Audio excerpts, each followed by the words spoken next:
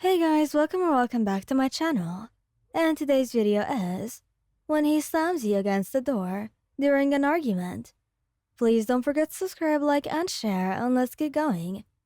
The air in the apartment was thick with the scent of burnt sugar and Bakugou's unrelenting fury. It had started over something petty, a forgotten errand, a missed text, but as always, the fight had escalated into an ugly, full-blown war of wills. Are you even listening to me, damn it? I told you that was important. Bakugou roared, his voice cracking with intensity. Yes, I heard you. But you don't have to act like the world is ending. It was an accident, Katsuki, so stop yelling, okay? You yelled back, your hands trembling at your own sides. He took a step towards you, and you backed away, heading the solid surface of the front door. He followed, his presence overwhelming, his red eyes blazing like embers about to ignite. You always do this. You minimize it. You treat everything I say like it's trivial. His hand shot out, not to strike, but to frame your head, as he slammed his palms flat against the wood on either side of your face. The impact rattled the door and sent a jarring shock wave through your body. For a long second, Bakugou was breathing heavily, his chest heaving inches from yours, pure rage distorting his features. And then, a terrifying silence fell. The physical shock was less damaging than the sudden, cold clarity that it brought. He hadn't hurt you, not truly, but the sheer force and intent of the slam were a cruel reminder of his volatile nature. You looked into his eyes, and instead of the furious fire you expected, you saw a split-second flash of panic, a realization of how far he had pushed it. The moment of panic was your cue. Your voice came out dangerously quiet, a stark contrast to the shouting match that was just happening. I'm going to leave. You tugged under his arm, fumbling with the deadbolt. He tried to grab your wrist, but you pulled free, throwing the door open and stepping out into the cool night air. You didn't look back. You didn't give him a chance to apologize or argue. You just ran. You didn't even think about going home. You knew exactly where you needed to be. The warm, chaos-proof sanctuary of Kirishima Eijiro's apartment. When Kirishima opened the door, his cheerful grin instantly faltered. Whoa, hey Wayan. What's wrong? You couldn't speak. The dam of your composure broke, and you walked straight into his chest, clutching the soft cotton of his t-shirt as you silently sobbed. Kirishima, without a word, guided you inside, settling you onto his comfy sofa and rubbing slow, soothing circles on your back. His presence was solid, reassuring, and completely non-judgmental. After several minutes, your breathing finally evened out.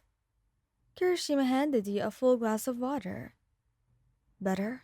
He asked softly, setting back slightly, but keeping a protective hand on your shoulder. You nodded, taking a shaky sip. The fight.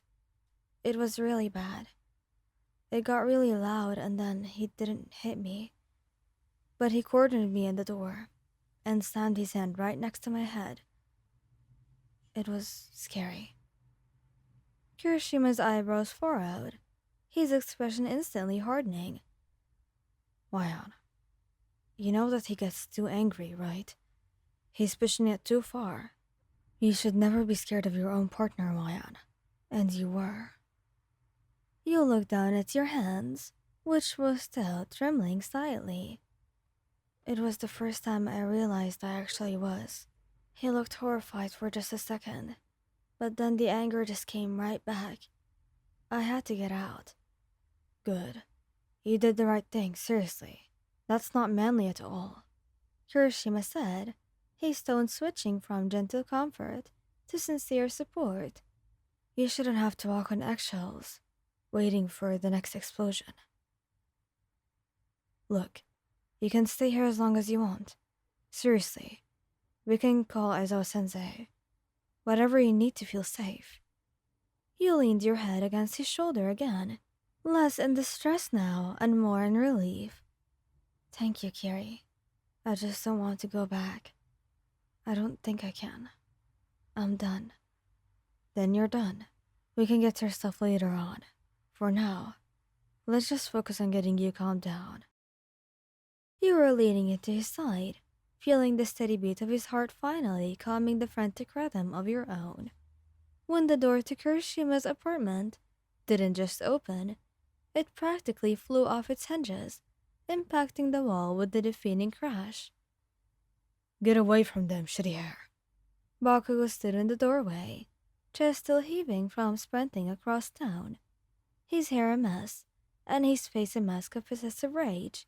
He had clearly followed you, the panic having hurled back into aggressive fury. Upon seeing you with Kirishima, the one person he always accused of trying to steal you away. What the hell, man? You can't just... Kirishima started, hardening his arms, ready to shield you. Baku ignored him entirely, his focus locked on you, still tugged against the redhead's side. You think running to him is going to solve anything? You think he knows you better than I do? Get up. We're leaving now and finishing this. We already finished it, you said, your voice quiet but unwavering. Don't be ridiculous. This isn't over until I say it. No, you countered, lifting your chin. This is over because I said it is. I can't do this anymore, Katsuki. I can't live waiting for the next fight. I can't be with someone who uses fear as a way to control the conversation between us. His face drained of all color, the shock momentarily replacing the anger. Wait, what are you trying to say? We're done. I'm breaking up with you. You slammed me against the door, and then you followed me here to scream at my best friend because he was comforting me. This isn't love, Katsuki. That's just being angry. He opened his mouth, perhaps to yell again, or maybe deny it, but you cut him off. Get out of the house, right now.